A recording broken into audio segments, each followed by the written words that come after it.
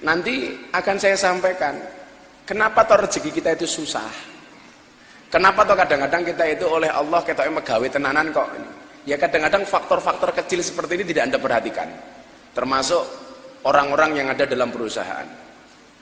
Kalau kemudian kalian pahami, bulan Suro itu kan bukan bulan yang menakutkan, tapi justru bulan yang luar biasa. Tapi orang Jawa itu mempunyai persepsi yang salah terhadap bulan Suro. Seolah-olah bulan Suro itu bulan yang menakutkan, gegirisi, medeni dan lain sebagainya. Padahal enggak. Coba kalau kalian lihat lembaran sejarah, bagaimana kemudian Allah menerima tobat dan Rasulnya terjadi di bulan Suro. Bagaimana kemudian Allah mengabulkan doa hamba-hambanya itu banyak terjadi di bulan Suro. Suro itu kan dari bahasa Asyura, hari ke-10 bulan Muharram. Tapi orang Jawa itu ngomong Asyura susah, ane ilang dadi Suro. Saya mikir untung sing ilang ane, jajal sing ilang rone.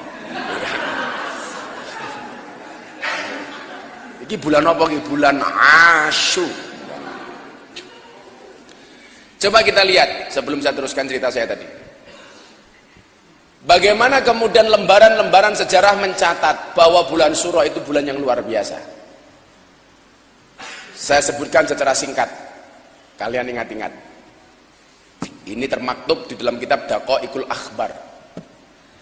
Apa saja kejadian-kejadian di bulan Muharram yang termaktub dalam sejarah? Yang pertama, Nabi Adam ketika diusir dari surga ketemu dengan Siti Hawa terjadi di bulan Muharram. Nabi Yunus dimakan ikan keluar dari perut ikan terjadi di bulan Muharram. Nabi Nuh perahunya terombang-ambing badai selamat di bulan Muharram. Nabi Ibrahim dibakar Namrud selamat bulan Muharram. Nabi Ayub selesai dari penyakitnya Muharram. Nabi Dawud dikasih pekerjaan diangkat derajatnya oleh Allah Muharram. Nabi Musa diselamatkan dari kejaran Fir'aun Muharram. Allah menciptakan malaikat Jibril Muharram. Allah menurunkan hujan pertama kali ke muka bumi terjadi di bulan Muharram. Artinya apa? Ini bulan yang luar biasa. Lawang Jawa ki aneh, malah wedi. Maka saya dulu menikah di bulan Suro. Apakah ada masalah? Enggak ada. Begitu saya menikah di bulan Suro, apa yang terjadi? Subhanallah, sing nyumbang okeh. Kenapa? Ora ana barengane. Ngono, bro. Nyewa terop gampang, golek catering gampang. Enak. Lah kita ini sebaliknya. Anda tahu nggak? Nabi Adam itu berpisah dengan istrinya berapa tahun? Anda tahu siapa nama istri Nabi Adam? Hawa. Salah. Nabi Adam itu istrinya namanya Bu Adam. Mereka itu berpisah. Fa'azallahuma syaiton, digelincirkan oleh setan berapa tahun? 200 tahun. Bainal masyriq wal maghrib, antara ujung timur dan ujung barat. Ada riwayat yang mengatakan Nabi Adam itu dibuang ke barat di negara namanya Mesopotamia. Siti Hawa itu dibuang ke timur di negara namanya India. Pisahnya 200 tahun. Nabi Adam melaku ngetan, Siti Hawa melaku ngulon, golek-golekan. Dan ketika dikeluarkan dari dalam surga dalam keadaan telanjang. Padahal kalian tahu Nabi Adam itu tingginya berapa? Nabi Adam itu tingginya berapa? Sab'ina dhira'an, 70 dhira', padha karo 35 meter. Jajal wong kok dhuwure 35 meter. Pertanyaan saya, sarunge sepiro? Ayo.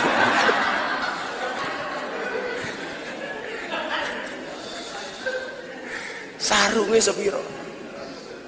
Arep mau tambahi to, apa meneh isine ngono.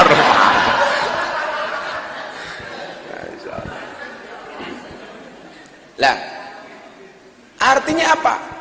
Allah itu sudah mengajarkan kepada kita untuk berikhtiar sejak Nabi Adam dikeluarkan dari surga. Ikhtiarnya apa? Saling mencari antara Adam dan Hawa. Makanya kalau kamu pengen urip kepenak ra gelem ikhtiar, ya ora ono ceritane. Kanjeng Nabi Adam itu ikhtiar pertama kali ketika diturunkan dari surga di dunia. Itu ikhtiar, saling mencari dengan Siti Hawa. Melaku ngulon, Adam melaku ngetan.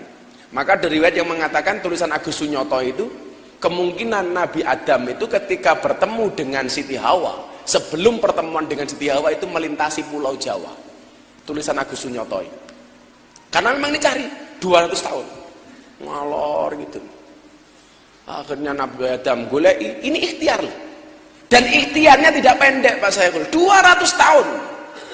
Artinya kalau hari ini kemudian kita dengan kondisi ekonomi sekarang kita menyerah, kita kalah dengan Adam. Kita tidak bisa mencontoh Nabi Adam alaihissalam.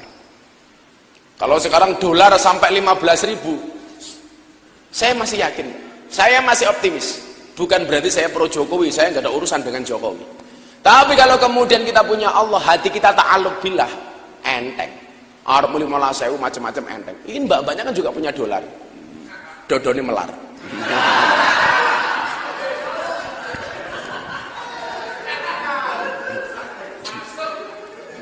Masuk matamu.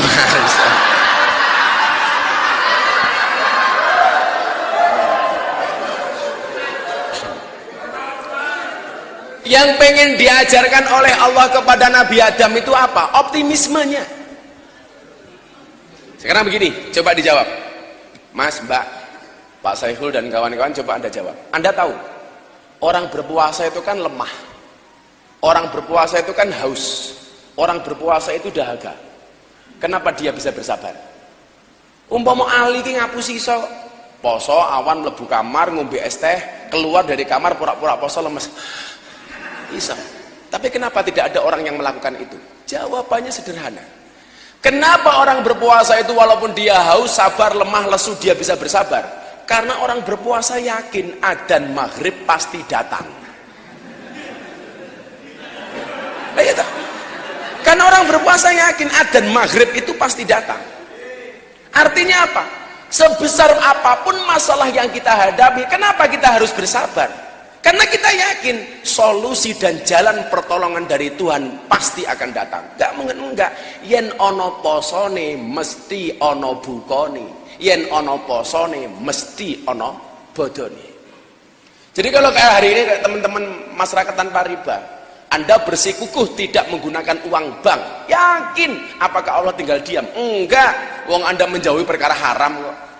Allah pasti kasih solusi. Carane piye? Manut karo aturane Gusti Allah.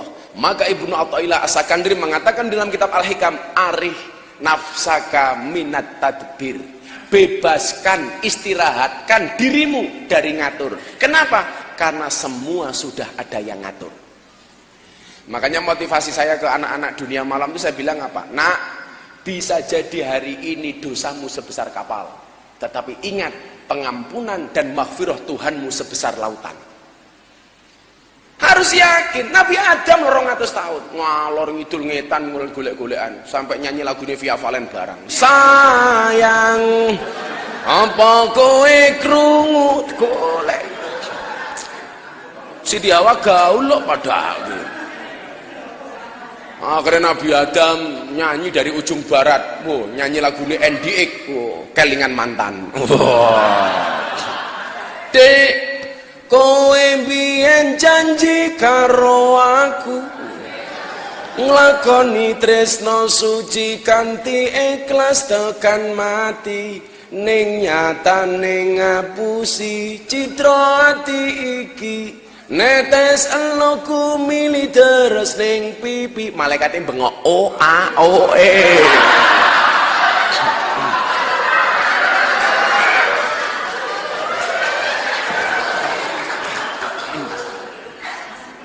Ini ikhtiar. Lah. Jadi begini. Apakah Allah itu tidak bisa kemudian menjadikan kita bahagia tanpa ikhtiar? Pertanyaannya gitu. Apa Gusti Allah kira iso ndadekke awake dhewe seneng tanpa ikhtiar? Iso. Tapi ingat, Allah itu mengajarkan kepada kita untuk menghargai proses.